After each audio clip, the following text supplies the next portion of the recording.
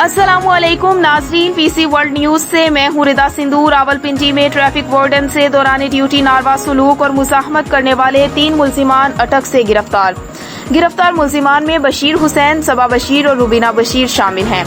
Police ہمارے نمائندہ خصوصی پاکستان غلام دستگیر کی رپورٹ کے مطابق ڈیوٹی پر موجود ٹریفک وارڈن سے خواتین کی مزاحمت اور ناروا سلوک کے معاملے پر سی پی او محمد احسن یونس نے نوٹس لیتے ہوئے ملزمان کے خلاف قانونی کارروائی کے احکامات دیے تھے۔